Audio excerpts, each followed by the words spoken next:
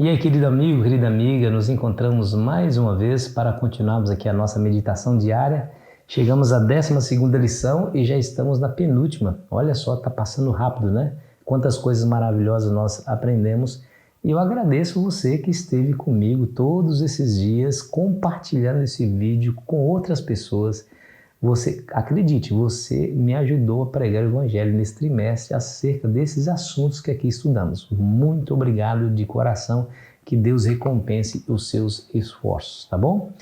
Se você ainda não é inscrito no nosso canal, eu vou convidar você a nos abençoar através da sua inscrição e não se esqueça de deixar o seu gostei, porque assim você nos abençoa fortalecendo o nosso canal. O verso para memorizar está lá em Apocalipse 13, versículo 10, que nos diz assim, ó. Se alguém levar para cativeiro vai. Se alguém matar a espada, é necessário que seja morto a espada. Aqui está a perseverança e a fidelidade dos santos. Nós percebemos essa semana que passou que esse poder identificado como a besta do Apocalipse, recebendo do dragão toda a sua autoridade e poder, haveria de perseguir todos aqueles que se opusessem de alguma forma à sua autoridade, tanto para interpretar as Escrituras como a sua autoridade civil. E agora eles perseguem. No século XV, eu já falei sobre eles, inclusive eu gostaria até de corrigir uma informação errada que eu dei. Eu disse que os valdenses estavam alojados nos Alpes da Suíça, né? Suíços. Não estão. Não estavam, melhor dizendo. Na verdade, é nos Alpes, no Vale do Piemonte, nos Alpes do norte da Itália.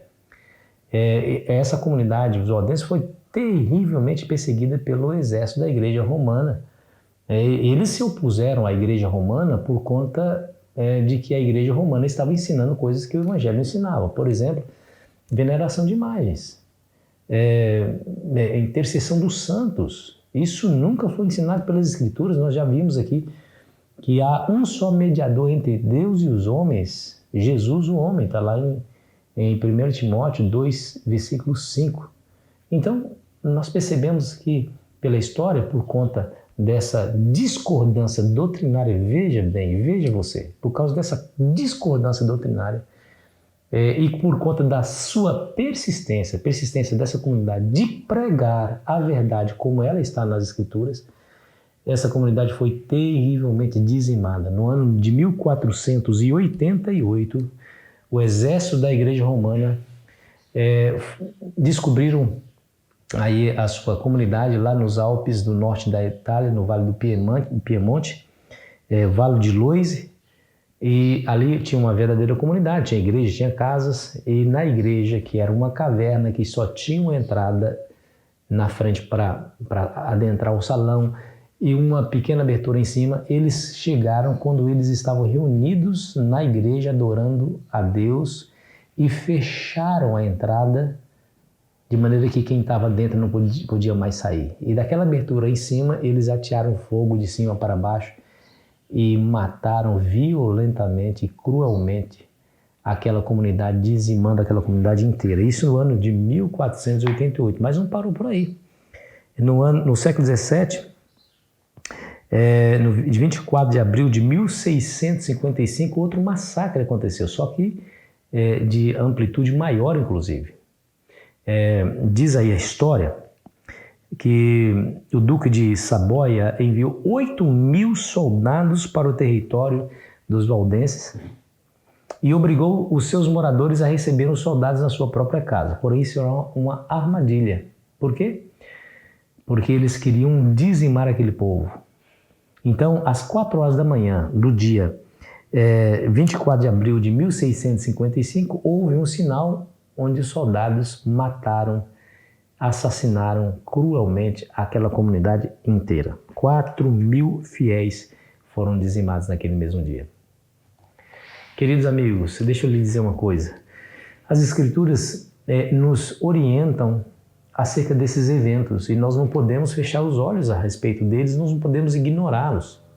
Aqueles que querem compreender a sequência da história da humanidade conforme as Escrituras nos ensinam, conforme as profecias nos revelam, precisam olhar a história em comparação com a Palavra de Deus. A Palavra de Deus De um lado a Bíblia e do outro lado as enciclopédias, os livros de história, para que você perceba que as profecias se cumprem no decorrer da história da humanidade.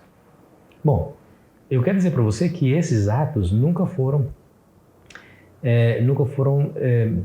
ignorados pela profecia. De maneira nenhuma. Esses atos de alcance global foram alvos da profecia. Lembre-se de Amós 3, verso 7. O Senhor Deus não fará coisa alguma sem antes revelar os seus segredos, os seus servos, os profetas.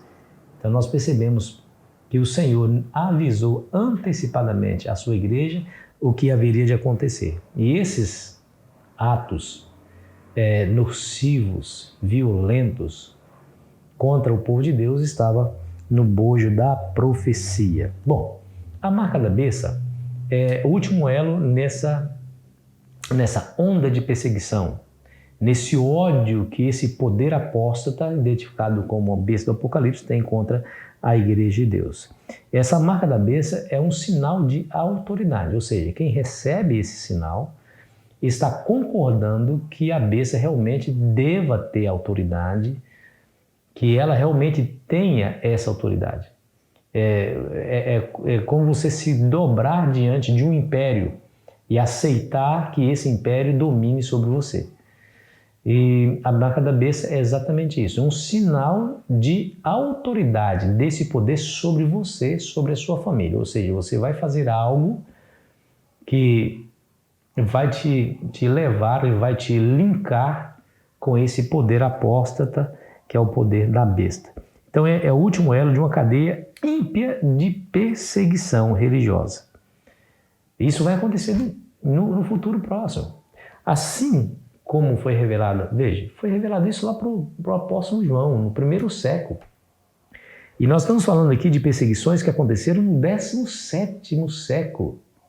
Ou seja, 16 séculos se passaram, 1.600 anos se passaram e as profecias foram se cumprindo ao longo da história. Perceba? Então, se a profecia se cumpriu até aqui, os elementos que estão no futuro certamente se cumprirão. Nós acreditamos piamente nisso. Nós confiamos que a profecia ela se cumprirá na sua totalidade. Ela não se cumpre parcialmente, se cumpre totalmente. Então, isso quer dizer que a besta do Apocalipse novamente se levantará como um poder perseguidor, como um poder assassino, voraz. Vai tentar forçar todos os habitantes da terra a adorar de maneira equivocada o Criador.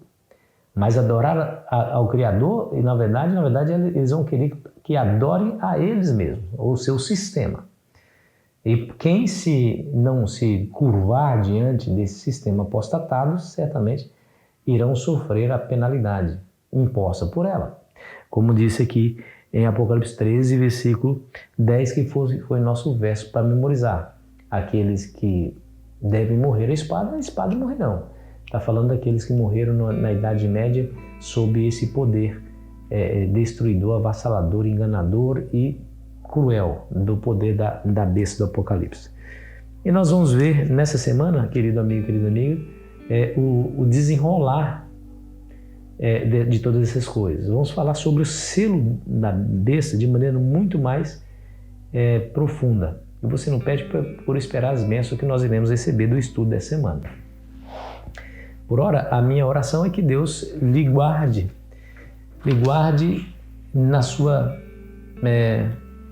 nessa sua vontade de compreender a palavra de Deus por meio do estudo.